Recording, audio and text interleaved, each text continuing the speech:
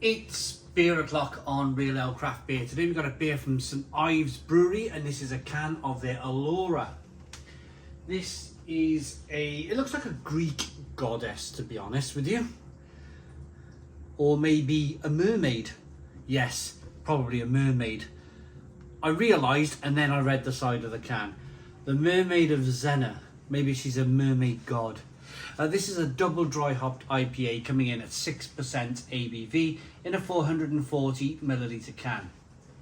It's a sort of a paper coloured, slightly kind of very light green, cream, like green looking can. And we'll read about the Mermaid of Xena in a moment, but first of all, as always, let's get the beer out into a glass and see what we get. Now, this beer was part of a Sainsbury's supermarket beer deal. I picked up 3 cans of beer and I got my 4th free. They're all £3.50 a can. I picked up in the deal a couple of St Ives beer, the Slipway and this. And I picked up a Harbour beer, Harbour Big Wednesday I think it was called. And I picked up something else. It might have been another beer from St Ives Brewery, to be honest with you. I've been on holiday to Cornwall. And when I go on holiday somewhere, last year I was in Ludlow in Shropshire, I always like to go to a supermarket just to see locally what, like a Tesco or a Sainsbury's sell. What regional beer do they sell? I quite like to do that. There was a lot of St Ives, there was a lot of harbour beers down there in Cornwall. Nothing from Verdant. I think Verdant just keep themselves to themselves. I think mainly it was St Ives and Harbour Brewing Company. A lot of St Austell as well. A lot of St Austell Brewery beers down Cornwall way. A lot of St Austell pubs as well. I didn't realise how big St Austell Brewery was in terms of their kind of pub estate until I went to Cornwall. We got a 1 finger Whitehead. A little bit of carbonation in the glass. It's hazy. I'm not going to call it straw coloured.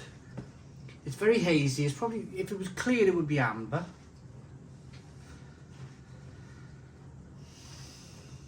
Not much in the way of sediment in the bottom of the glass, so it's not a can conditioned beer, but it's nicely carbonated. Let's get the aroma.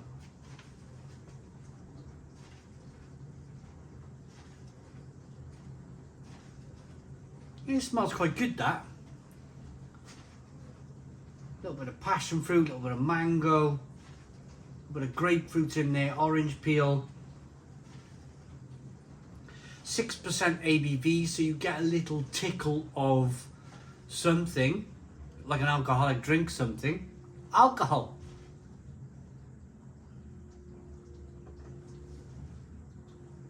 It's got the aroma of something like it's got a big, thick, creamy, soupy sort of mouthfeel. You definitely get the aroma of maybe some oats, some wheat. But passion fruit, mango, papaya, that sort of thing coming through. Let's dive in. Cheers, everybody.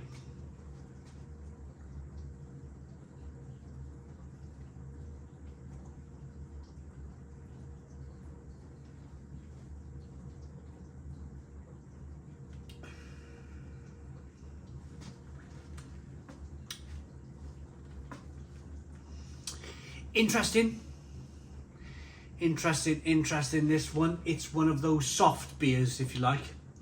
It's one of those, it's the exact opposite of a West Coast IPA. One of my favourite IPA beer styles is a West Coast IPA, with all of that smacking bitterness. This is, if a West Coast IPA was to smack you around the mouth, I would say an East Coast IPA, or in this case a double dry hop sort of New England IPA, is going to give you a cuddle. it's doing the exact opposite as a West Coast IPA would want to do to you, and that's to smack you around the chops with bitterness.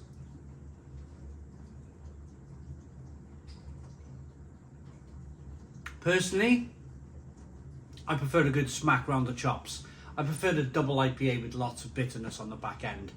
This is very soft, this is very fruity, this is very kind of papaya, bit of coconut, bit of passion fruit, bit of mango. A little bit of carbonation pushing the beer on the inside of the mouth. I find them these days to be a little one-dimensional, if you like. A little, hope this is okay, St. Ives. I've brewed with St. Ives, I've brewed a double IPA with them. These styles, so not this particular beer, but just the style in general. Just the style, the New England IPA. I feel it's been done to death. It's been done to death. It's been done so many times, and it's been around for so long, and it's always in the supermarkets, and it's just, I think it's dominated too long. I think as a beer style, I think it's dominated too long. Preferably, I would prefer to buy a Czech or a German lager these days, or a German Weiss beer. Just my personal preference with this beer. In terms of kind of how good is this particular soft, cuddly New England IPA? It's rather good. It's rather good. It does exactly what it says on the tin.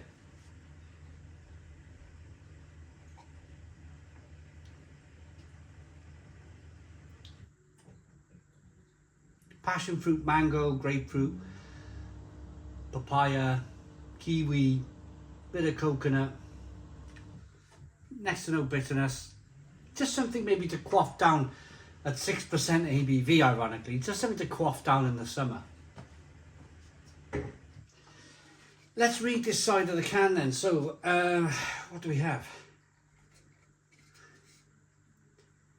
Along the Atlantic coast of Cornwall, just a few miles west of St. Ives, sits the small village of Zena. The village is home to 196 residents, a small pub, a few houses and a church. The pub, known as the Tinners, I think that says Tinners Arms, my eyes are not as great as they used to be, is located opposite St. Senera's Church and was, according to folklore, originally built in 1271 to house the masons who built the church. The tale of the Mermaid of Zena is of a choir boy named Matthew Trewella, who sang in St. Senera's Church every Sunday, and whose enchanting voice attracted a mermaid from the nearby coast. Now, wouldn't that be a dream? A dream come true, eh? A mermaid to follow you out of the sea. At first, she listened only from the rocks at Pendor Cove, a small inlet of land along the rugged coastline, barely a stone's throw away from the village. As the weeks went on, she grew bolder and even took her bra off. No, she didn't do that. And even dared to attend the church herself to listen, appearing in the disguise of a well-dressed noblewoman. Every week from then on, she came to listen, finally catching his eye, the way of a smile, a sigh, or a song of her own. He left the church with her, and they made for the ocean, never to be seen again.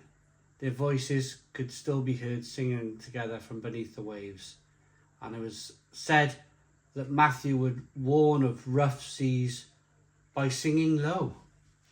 There we go. I think that's fantastic, and what a lovely story. Barley, wheat and oats, and pineapple, yuzu hops, fruity hops, Alora and Sultana hops. It looks good. Oh, look at that in the sunshine now. Sun's come out. It smells good. It tastes good.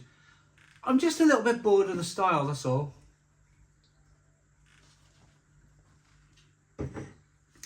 For me, it's an 8 out of 10. 8 out of 10 from Real Ale Craft Beer. Please put your comments in the comments box, subscribe to our daily beer and food reviews, give us a big fat thumbs up. Boom, cheers.